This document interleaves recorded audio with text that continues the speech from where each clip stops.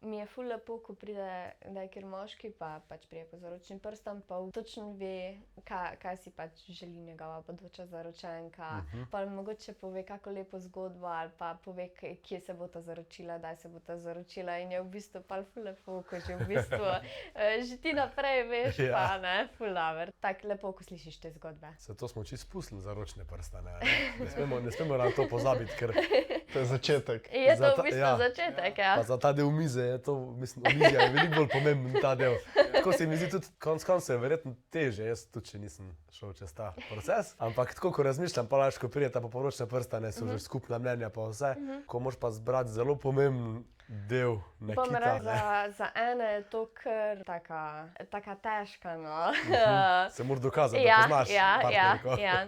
Ene že, bom rekla, ženske naprej pripravijo, ne, z idejami, kaj bi želela, ampak eni so pa res čisto prepuščeni in pač morajo zbrati, ne, kar se jim zdi, da bo zaročenki všeč, ne. A pride tako z videom, kar na telefonu? Tudi ja, tudi. A res? Tudi ja, tudi. Aha, smo že toliko izvirni, ali pa neizvirni, kakorkoli.